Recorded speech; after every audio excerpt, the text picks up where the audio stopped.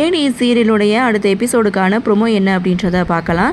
Last episode எல்லோரும் பார்த்துருப்பீங்கன்னு நினைக்கிறேன். இருந்தாலும் என்ன நடந்தது அப்படின்றத ஷார்ட்டாக சொல்லிவிட்டு ப்ரொமோ என்ன அப்படின்றத பார்க்கலாம். எபிசோடை பொறுத்த வரைக்கும் உதய பெருமாள் நாமினேஷன் பண்ணக்கூடாதுன்னு கபிலா என்ன பண்ணுறாங்க, கையை கட் பண்ணிக்கிறாங்க. ஸோ இந்த விஷயம் உதய பெருமாளுக்கு தெரிய வந்ததுன்னா அவர் உடனே நாமினேஷன் பண்ணாமல் வீட்டுக்கு வந்துடுவார்னு இங்கே கபிலன் பிளான் பண்ணுவாங்க. ஆனால் அந்த பிளான்லாம் முறியடித்து அவர் நல்லபடியாக வேட்புமனு தாக்கல் செய்கிறாரு. ஸோ இந்த விஷயத்தை தெரிஞ்சுட்டு கபிலன் கொஞ்சம் கோவப்படுறாங்க. ஸோ அதே சமயம் மோனிகா பார்த்திங்கன்னா ஆஃபீஸில் இருக்காங்க. அங்கே சாந்தி அப்படின்றவங்க வந்து மீட் பண்ணி உங்களுக்கு சூப்பரான ஒரு கண்டென்ட்டை வந்து வச்சுருக்கேன் அப்படின்னு சொல்லிட்டு அங்கேருந்து போகிறாங்க. உடனே மோனிகா இந்திராணிக்கு கால் பண்ணி இது மாதிரி சூப்பரான ஒரு கண்டென்ட் வந்து கிடச்சிருக்கு அப்படின்ட்டும் இன்றைக்கி 8 மணிக்கு நான் என்னுடைய சேனலில் டெலிகாஸ்ட் பண்ண போகிறேன் அப்படின்ட்டும் உங்கள் குடும்பம் சந்தோஷமாக இருந்தால் நான் எப்படி பொறுத்துக்க முடியும், அது என்னால் இருக்க முடியாது அப்படின்னு சொல்லிட்டு ஒரு ட்விஸ்ட்டோட இங்கே இந்திராணிக்கு கால் பண்ணி பேச அப்படி என்ன விஷயமா இருக்கும் அப்படின்னு சொல்லி இங்கே அயலி செழியன் இவங்கெல்லாம் யோசிக்கிறாங்க. இது தாங்க லாஸ்ட் எபிசோட்.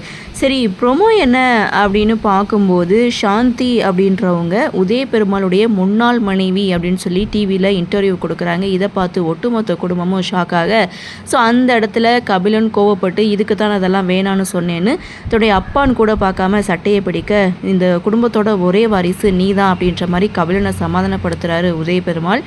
இதை பார்த்த சிவா ரொம்பவே கண் கலங்குறாங்க. ஸோ அப்படியே சீனை கட் பண்ணால் இது என்னுடைய விஷயம் அப்படின்ற மாதிரி இந்திராணிக்கிட்டே பேசியிருப்பாங்க சிவா. அதாவது இந்திராணி, சிவா, ஐலி இவங்க 2 பேருடைய ஹெல்ப் வந்து கேட்டிருப்பாங்க.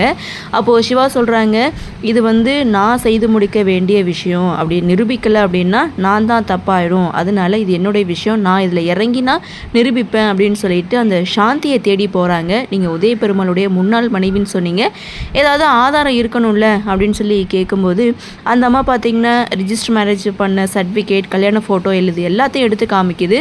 ஸோ இதை பார்த்துட்டு இங்கே சிவாவும் அயலியும் உதய பெருமாளை வந்து விசாரிக்கிறாங்க. நான் தப்பு பண்ணேன்னு நினைக்கிறீங்களா, என்ன நினச்சிட்ருக்கேன் என்னை பற்றின்னு உதய பெருமாள் கோவப்படும்போது அப்புறம் எதுக்காக இப்படி கோவப்படுறீங்கன்னு சிவா ஒரு பக்கம் அயலி ஒரு பக்கம் உதய பெருமாள்கிட்ட விசாரிச்சுட்ருக்காங்க. ஸோ இதிலேருந்து எப்படி மீழுவாங்க, உண்மை என்னென்னு சிவாவும் அயலியும் நிரூபிப்பாங்களா அப்படின்ற எதிர்பார்ப்போட இந்த ப்ரொமோவை வந்து முடிச்சிருக்காங்க. ஸோ கண்டிப்பாக நிரூபித்து இந்த போட்டியில் உதய பெருமாள் வின் பண்ண தான் செய்வார். ஸோ இதற்கிடையில் என்ன மாதிரியான சுவாரஸ்யத்தோடு கதைக்கள நகர்வை கொண்டு வராங்க அப்படின்றத நாமளும் பொறுத்திருந்து பார்க்கலாம்.